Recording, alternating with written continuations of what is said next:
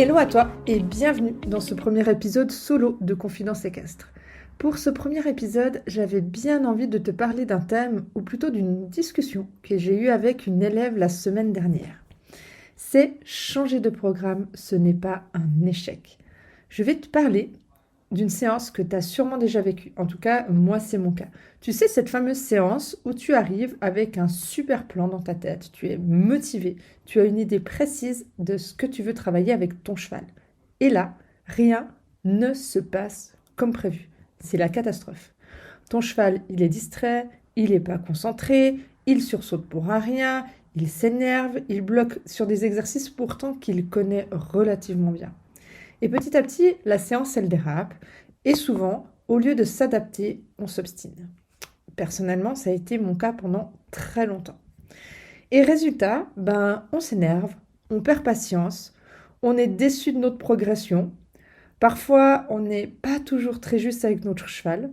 Moi, ça a aussi été mon cas. Quand j'ai perdu les nerfs, j'ai pas toujours été très sympa avec mon cheval. Et parfois même, et ça aussi, c'est aussi mon cas, on termine en larmes et après on culpabilise parce qu'on n'a pas eu le comportement adapté ou que simplement on a pris la mauvaise décision. Je suis sûre que ça te parle, moi ça me parle à fond. C'est exactement ce qui s'est passé pour une de mes élèves. Elle m'a raconté qu'elle avait voulu travailler son jeune cheval sur la carrière extérieure. C'est un espace encore relativement anxiogène pour lui.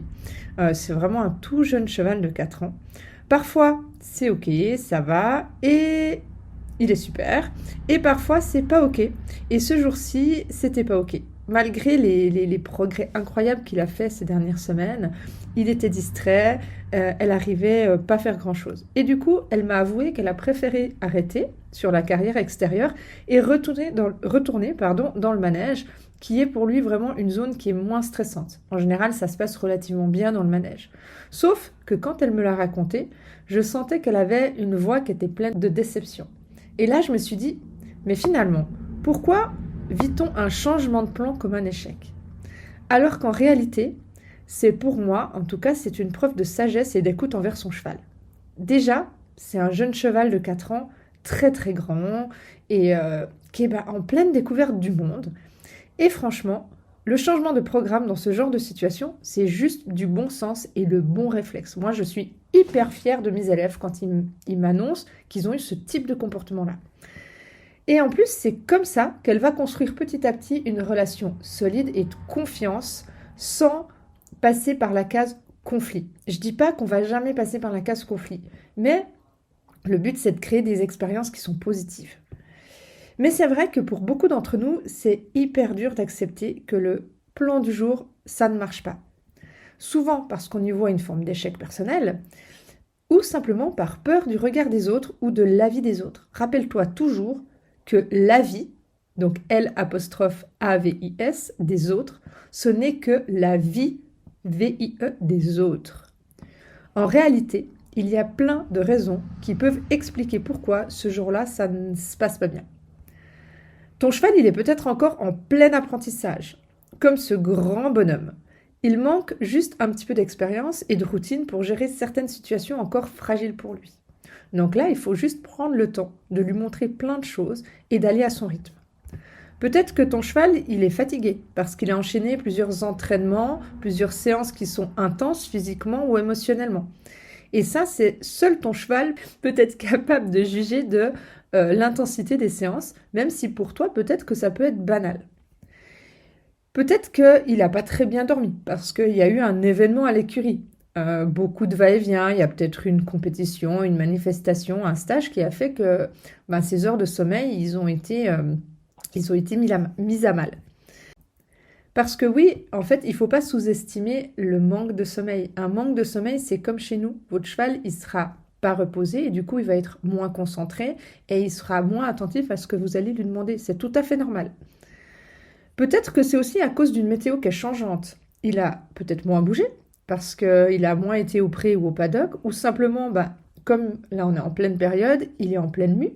Donc ça lui pompe une énergie folle. Et ne pas oublier aussi que ses sens sont bien plus développés que les nôtres. Et par exemple, là, l'automne, c'est également le cas. Il y a beaucoup de vent, il y a Alors de la bise, en Suisse, la bise, c'est un vent typique qui est très très froid. Et en général, ça excite beaucoup les chevaux, mais surtout, c'est que ses sens, il va sentir des odeurs que nous, on ne sent pas, il va entendre des bruits que nous, on n'entend pas. Et toutes ces choses que nous, on n'arrive pas à percevoir, ben, lui, ça peut potentiellement l'inquiéter, sans que nous, on comprenne pourquoi ça l'inquiète. Donc toujours se dire que lui, il voit des choses que... Il voit et il ressent et il entend des choses que nous, on n'arrive pas à voir. J'aime bien dire qu'en fait, les fantômes de mon cheval sont toujours réels. Et un dernier point qui n'est vraiment pas à mettre de côté, c'est que peut-être que la santé n'est pas à 100% OK. Il y a une petite gêne, la selle peut-être qui le dérange un peu, une douleur juste là aujourd'hui parce qu'il y a des courbatures de la séance de hier, ou une douleur plus sérieuse et plus importante qui nécessiterait l'avis d'un vétérinaire. Et toutes ces petites choses, ben, ça devient un petit peu compliqué pour lui parce que quand on a mal, c'est difficile de se concentrer sur une tâche. N'oublie pas que ton cheval, c'est un animal de fuite et s'il ne se sent pas bien, s'il est blessé, ben, il va être en état d'alerte. Parce que dans la nature, un animal qui est blessé, ben, c'est un animal qui est à la merci des prédateurs. Et c'est comme nous, quand on est stressé et que l'on a mal à quelque part, on ne sera pas dans les meilleures conditions pour travailler et pour apprendre. L'équilibre du cœur, du corps et du cerveau, c'est-à-dire le physique, le mental et l'émotionnel, c'est hyper important. Si on est bien dans notre tête mais qu'on n'est pas bien dans notre corps, on sera finalement généralement pas bien et vice-versa. Et puis il y a un truc dont je parle souvent sur mes réseaux sociaux, mais qu'on en parle encore beaucoup trop rarement dans le travail avec les chevaux ou simplement vos entraîneurs qui devraient vous sensibiliser à ce genre de choses, c'est le fameux cortisol qui augmente dans le corps de votre cheval quand il est soumis à un stress. Du coup, le cortisol, c'est l'hormone du stress. À chaque situation stressante, le corps, il en libère. Et ça s'accumule un peu comme une jauge. Plus il se passe de trucs stressants, plus la jauge monte. Donc stressant, ça peut être quelque chose qui surgit, par exemple au bord de la carrière, un chien qui sort de petits buissons, ça peut être des mouches qui le piquent, ça peut être le cavalier qui s'énerve. Voilà, il y a multitude de choses qui peuvent faire augmenter cette jauge. Et en plus, une fois que cette jauge, elle augmente, après, il faut plusieurs minutes, voire plusieurs heures, et même chez certains chevaux, dans des cas très traumatiques, plusieurs jours et semaines, à redescendre. Donc si ton cheval arrive déjà tendu à la séance, genre à cause d'un bruit à l'écurie, imagine que ta pote d'écurie, elle a commencé à tondre son cheval et que ton cheval c'est pas encore OK avec la tondeuse, cette jauge, avant même que tu te mettes en selle, elle est déjà remplie. Et comme la fameuse goutte d'eau qui fait déborder le vase, il suffit de très peu pour que ça explose. Et là, il n'y a rien à faire, c'est chimique. Donc il n'est pas en train de se moquer de toi, c'est juste que le corps, il a vraiment besoin de temps pour éliminer cette hormone, donc le cortisol.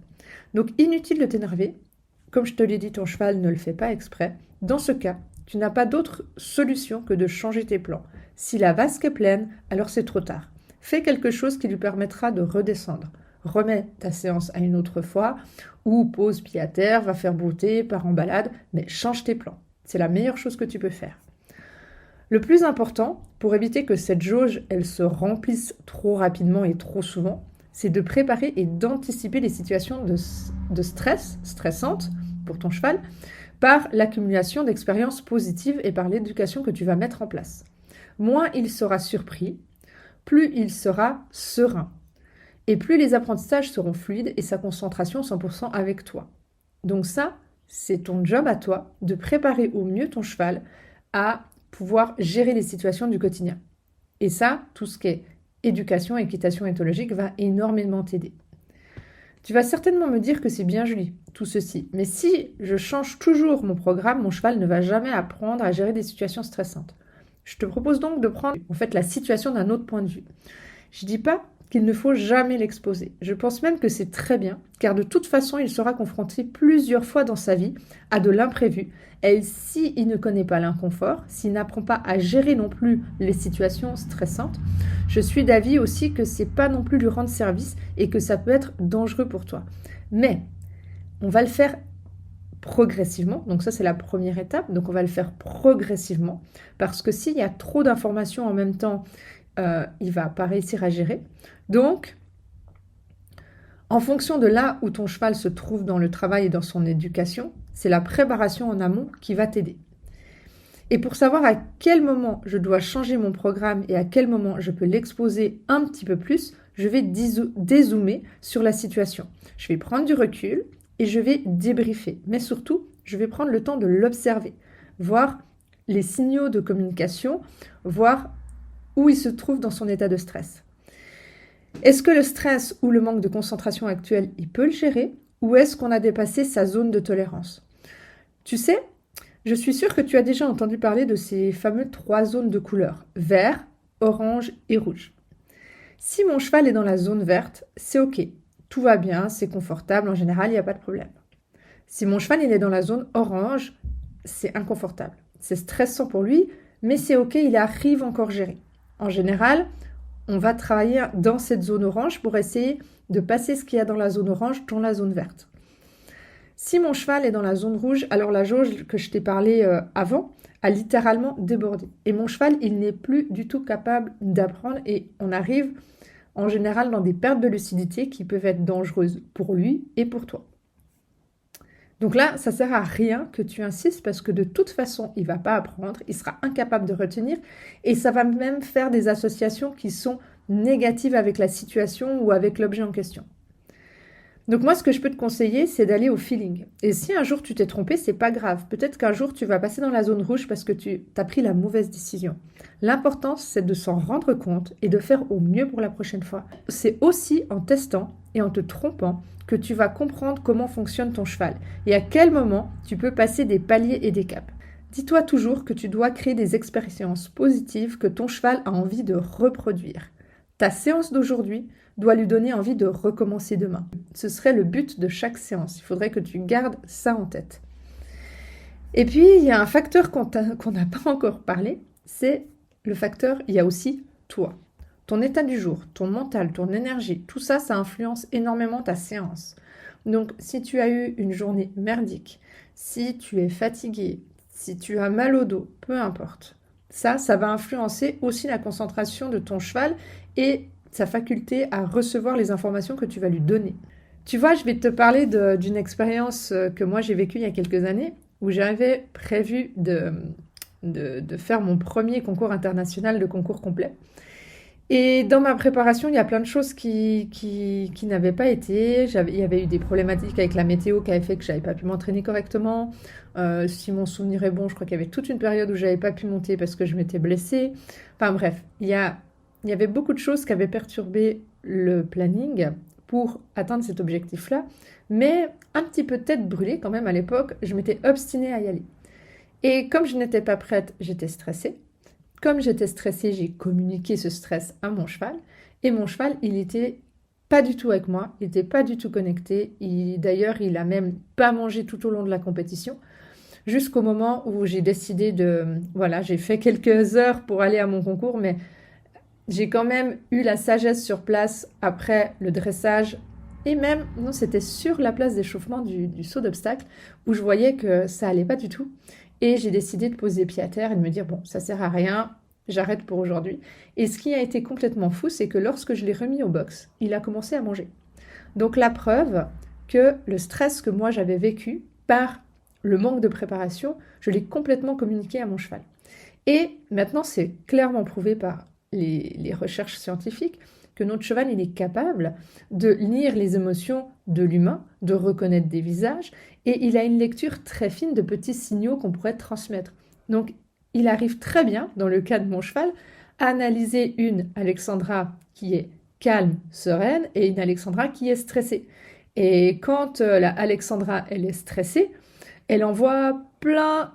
Enfin, elle n'est pas cohérente dans sa communication. Ses adducteurs sont serrés, elle est beaucoup plus rigide dans son corps, elle ne communique pas de la même manière et pour lui, ça signifie danger. Et du coup, c'est pour ça que il était stressé et qu'il n'était pas comme à son habitude. Donc cette petite histoire, pour te dire que là, à l'époque, je n'avais pas été sage. Et avec du recul, j'aurais osé changer mes plans. Parce qu'en fait, vouloir à tout prix suivre ses plans, c'est souvent aller contre soi. C'est déjà pas se respecter soi-même, mais surtout aller contre son cheval. Alors, je me suis posé cette question, finalement, où est le vrai échec? Et je te garantis que cet échec, j'ai dû travailler sur moi. Pour ce fameux concours, ça a été un échec pendant longtemps. Mais cet échec m'a énormément appris parce que du coup, aujourd'hui, j'ai appris à observer les situations différemment. Dans le fait de changer de plan ou dans celui de s'obstiner, finalement, au point de créer une mauvaise expérience, qu'est-ce qui est mieux, finalement? Changer de programme, c'est pas renoncer, c'est respecter. C'est respecter ton cheval, son corps, son mental. Mais c'est aussi te respecter toi. Si aujourd'hui il n'est pas disponible, c'est peut-être juste parce qu'il a besoin d'intégrer ce qu'il a appris ou de souffler un petit peu, ou alors que c'était certainement qu'une base n'est pas assez solide. N'oublie pas que son seul moyen de communiquer avec toi et avec le monde qui l'entoure, c'est bien une communication non verbale, donc avec son corps. Et c'est là qu'on reconnaît, pour moi, un vrai homme ou une vraie femme de cheval. C'est celui qui sait s'adapter. Adapter sa séance, son objectif, son énergie, faire plus simple, changer d'exercice, partir en balade alors qu'on avait prévu de faire une séance de dressage, poser pied à terre et aller le faire brouter. Ou même renoncer à un concours déjà payé, même si, ben oui, les finances d'inscription, ça coûte cher, mais c'est peut-être plus sage. Et oui, parfois c'est dur. Dur pour ses envies et il faut quand même dire des fois dur pour son ego. Parce qu'il y a aussi le regard des autres. Le fameux aussi, je suis sûre que tu l'as déjà entendu, en tout cas moi je l'ai entendu plein de fois, montre-lui qui commande, ne descends pas parce qu'autrement il va comprendre qu'il a gagné, il se moque de toi. Je les ai entendues ces phrases et je me répète mais je suis sûre que toi aussi. À l'époque, je vais te donner cet exemple-là, jamais je n'aurais osé poser pied à terre car pour moi c'était un échec. Et aujourd'hui, je remarque à quel point, parce que j'ai travaillé avec mon cheval pour lui apprendre à avoir confiance en moi, poser pied à terre permet d'éviter plein de situations stressantes. En fonction du tempérament de ton cheval, en fonction de l'éducation que tu as mis, bah par exemple, là je te donne l'exemple de mon autre cheval, Ilias, mon grand blond. Pour lui, une situation qui est très stressante, qu'il n'arrive pas à gérer, ça va être beaucoup plus facile si je suis à côté avec lui. Que si je m'obstine à être en selle, ben je vais peut-être le mettre en danger lui et moi parce que tout d'un coup il y a, je sais pas, quelque chose sur la route qui lui fait peur, il va peut-être faire un demi-tour, il va glisser et il va tomber. Alors que si je décide de poser pied à terre, tout le monde s'apaise, moi aussi. On passe la difficulté à pied, on rassure, on renforce avec des bonbons, on prend le temps, et ça c'est aussi important, on prend le temps. Puis un petit peu plus loin, quand je retrouve un montoir, parce que je n'arrive pas à monter sur mon grand géant sans montoir, quand je retrouve un montoir, je remonte. Et ce qui est génial, c'est que finalement, le taux de cortisol qu'on a parlé avant, au lieu d'exploser d'un coup, il y a eu un tout petit peu qui s'est mis dans la jauge, mais comme je n'ai pas alimenté cette peur, du coup, on a limité les dégâts.